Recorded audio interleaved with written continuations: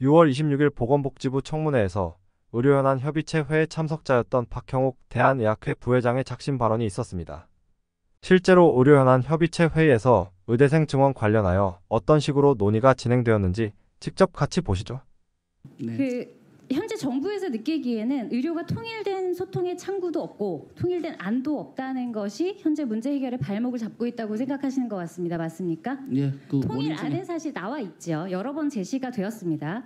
그리고 정부는 무려 28번이다 37번이다 횟수 차이는 있지만 의료계와 증원 방향을 협의했다고 하셨습니다. 그 대상이 있었을 건데 그럼 그 대상과 지금 다시 연락하신 적 있습니까? 그거는 이제 의료 현안 협의체에서 하신 적이 있습니까? 그 이전에 협의했던 협의체에 연락을 취해 보신 적이 있습니까? 취하지는 않고 의료계에 계속 얘기를 해왔습니다. 해 오셨습니까? 예. 그 박형욱 부회장님, 대한의학회 부회장님 나와 계신데 이 증원 논의 과정 중에 의료 현안 협의체 회의에 참석하신 것으로 알고 있습니다. 맞습니까? 예, 대한의학회 부회장 박형욱입니다. 저는 2013년 11월 15일부터 제2기 의료현안협의체에 직접 참여를 했었습니다. 의료현안협의체에서는 주로 필수 의료 살리기에 대한 논의를 계속했습니다. 그러다가 12월 13일 제21차 회의 때 나가보니까 복지부 자료에 의대 증원의 원칙이라는 내용이 포함되어 있었습니다. 사실 굉장히 놀랐는데요. 왜냐하면 복지부는 사전에 자료를 주지 않았습니다. 현장에 가서 보니까 의대 증원의 원칙을 내놓고 여기에서 합의를 하라라고 얘기를 했습니다. 그래서 제가 문제 제기를 했죠. 이걸 처음 봤는데 여기서 어떻게 합의를 하냐.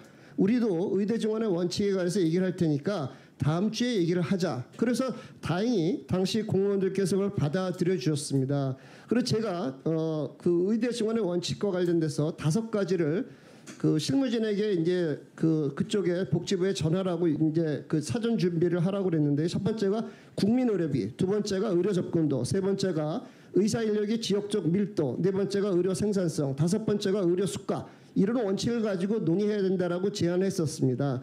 그런데 놀랍게도 그 다음 주에 복지부 자료에는 의대 증원의 원칙에 관련된 의제가 전혀 삭제돼 있었습니다. 그 이후로 의대 증원에 관한 논의는 전혀 없었습니다.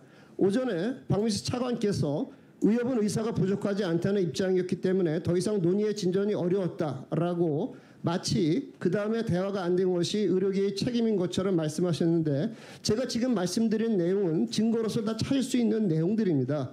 처음에 의대 증원의 원칙에 관해서 얘기하자고 하고 그거를 접고 더 이상 논의하지 않은 당사자가 보건복지부입니다.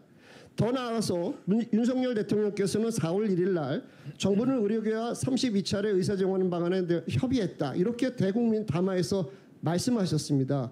그 말을 들은 국민은 정부는 열심히 소통을 했는데 의사계는 불통으로 나갔구나라고 오해를 하실 겁니다. 처음부터 논의를 시작하지 않은 건 복지부고 마치 그 논의가 안 된 것을 의료계에 책임을 물는 것도 복지부고 또 더 나아가서 국민에게 마치 의료계가 불통인 것처럼 말씀을 하신 겁니다. 오늘 3개의 보고서에 관한 논의가 있었는데요. 사실 3개의 보고서 외에도 우리나라 의료 인력에 관한 그 연구들은 또 있습니다. 2018년 UC 버클리의 보고서는 2030년이 되면 우리나라 의사가 3,800명의 의사 과잉이 된다는 보고가 있었고요. 2020년 오용인 등의 연구에 따르면 2030년 14,000명이 과잉이 된다는 연구도 있습니다. 왜 이런 일이 벌어지냐면 의사인력 추계라는 것은 수많은 가정이 깔립니다. 그래서 이런 가정, 어떤 가정을 취하느냐에 따라 굉장히 달라지는데요. 이때 중요한 것이 투명한 절차입니다. 보건복지부 장관께서 일본을 방문하셔가지고 일본 후생성 산하의 일본 의사수급분과회 가타미네 시게루 회장을 만난 것으로 알고 있습니다. 인터넷에 찾아보면 일본 의사수급분과위원회는 모든 논의가 인터넷에 다 공개가 됩니다. 굉장히 중요한 일입니다. 거기에 참여하는 의사들의 발언도 공개가 되고 후생성 관리들의 발언도 공개가 됩니다. 그러한 투명한 절차 속에서 여러 가지 가정을 갖고 있는 보고서들이 종합돼 나가는 것이 바로 과학적인 방법입니다. 그런데 일부 원하는 보고서만 빼서 그거를 마치 전가의 보도처럼 얘기해서 절대적인 진리다라고 얘기하면서 이 사태가 벌어진 것이라고 생각합니다. 우리나라가 민주주의를 발전하기 위해서는 가장 중요한 것이 아마도 투명한 절차라고 생각합니다. 그 부분에 대해서 매우 유감을 표명하는 바입니다.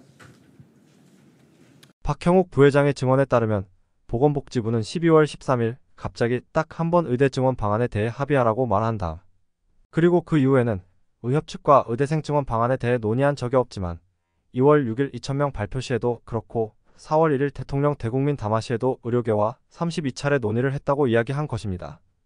이전 영상 중 작년 8월에 총원 30명으로 갑자기 만들어진 다음 보건복지부와 활발한 소통을 하고 있어 어용단체로 추정되는 대한종합병원협의회에 대해 다룬 영상이 있었습니다.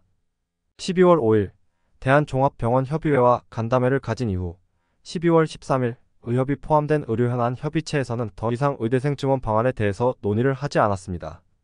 이후로는 대한종합병원협의회와만 소통한 것으로 보입니다. 정부가 지속적으로 소통했다는 의료계는 그럼 사실 총원 30명의 임시단체인 대한종합병원협의회였던 것일까요?